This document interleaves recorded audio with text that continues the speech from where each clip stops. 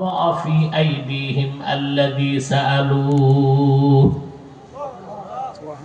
রাসূলুল্লাহ সাল্লাল্লাহু আলাইহি ওয়াসাল্লাম ইরশাদ করেছেন, আমার উম্মতের কোন একটি দল যদি আল্লাহর কাছে কিছু চাইতে হাত পাতে, দুই হাত তুলে দেয়, সুবহানাল্লাহ, আল্লাহর উপর হক হয়ে যায়, তারা যা চায় আল্লাহ তাদের হাতে তা ঢেলে দেন। তাহলে সম্মিলিত মোনাজাত বৈধ না সুন্নত? কথা বলে না। নামাজের পরও ওয়াজে নসিহার পরও করা যেতে পারে, সমস্যা নাই।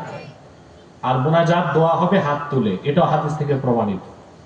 এ বিষয়ে আমার স্বতন্ত্র লেকচার আছে, লিখিত কিতাব আছে, দেখে নেবেন, সেদিক যাচ্ছি না। তা আমরা তো একটু পরে হাত তুলে মোনাজাত করবো সম্মিলিত ভাবে, তখন আমাদের দোয়াও কবুল হবে। 2 ফোঁটা চোখে পানি আনতে পারলে তওবাও কবুল হবে, কবিরা গুনাহ মাফ হয়ে যাবে। এতে আমরা খুশি না বেজার? বেজার কে? শয়তান। শয়তান শয়তান বেজার। শয়তান আপনাদের বিভ্রান্ত করতে পারে। অন্তত মুনাজাতের আগে উঠালো শয়তান কিছুটা জিতে যায়, এর সুযোগ শয়তানকে দিব না। আমরা নেক নিয়ত করে শয়তানের নাপাক গালে একটা চপেটা ঘাত করতে চাই। আমরা নিয়ত করছি কিছুক্ষণ পরে আজকের মুনাজাত করে গুনাহ মাফ করে নিষ্পাপ বেহেশতি আল্লাহ ওয়ালা হয়ে বাড়ি যেতে চাই। কারা কারা হাত তুলে আল্লাহকে দেখা? আল্লাহ কবুল করুন, আল্লাহ মঞ্জুর করুন, বলুন আল্লাহুম্মা আমিন। আজকে আমি আপনাদের সামনে তেলাওয়াত করেছি সূরাতুল বাকারা থেকে 28 নম্বর আয়াত। বলুন তো কোন সূরা? আয়াত নাম্বার 28। প্রশ্ন হলো কেন এই আয়াতটাকে বেছে নিলাম কেন? আমি গভীরভাবে লক্ষ্য করে দেখেছি বাংলাদেশের ব্যক্তি জীবন, সমাজ জীবন, রাষ্ট্র জীবনে পচন ধরেছে।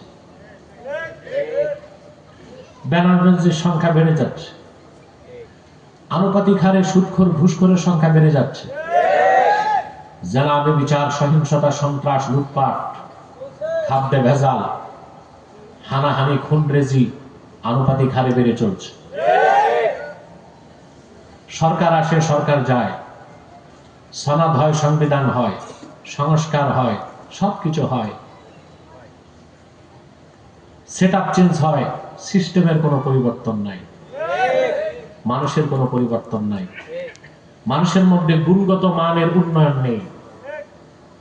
রাষ্ট্রের প্রতিটি পরতে পরতে, সমাজের প্রতিটি রন্ধ্রে রন্ধ্রে অপরাধ, গুনাহ, পাপ, অন্যায়, অত্যাচার বেড়েই চলছে। তার মূলভূত কারণ কি? এই স্টেজ ক্লোজ করে দাও, উঠানামা বন্ধ। তার মূলভূত কারণ কি?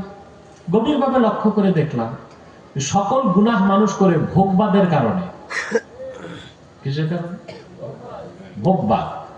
মানুষের মধ্যে যখন ভোগবাদ বেড়ে উঠে, ভোগের প্রতি আকর্ষণ বাড়ে, তখন আখিরাতের দিক থেকে তার দৃষ্টিভঙ্গি সরে যায়। ঈমানের অন্যতম মৌলিক বিশ্বাস আখিরাত, পুনরুত্থান, আল্লাহর সামনে উপস্থিত হতে হবে। এই মৌলিক বিশ্বাসগুলোর প্রতি আস্থা কমে যাবার কারণেই আমরা দুনিয়ার প্রতি আকৃষ্ট হয়ে গুনাহের কাজগুলোকে প্রিয় করে নিয়েছি, অন্যায় কাজগুলোকে আপন করে নিয়েছি, এবং আমাদের মধ্যে অপরাধ প্রবণতা বেড়েই চলছে।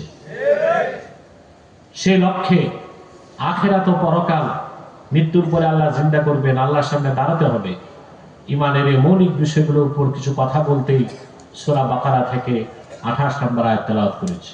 তেলাওয়াতের মাধ্যমে প্রবেশ করছি আলোচনায়। আমার সঙ্গে পড়ুন। আউযু বিল্লাহি মিনাশ শাইতানির রাজীম।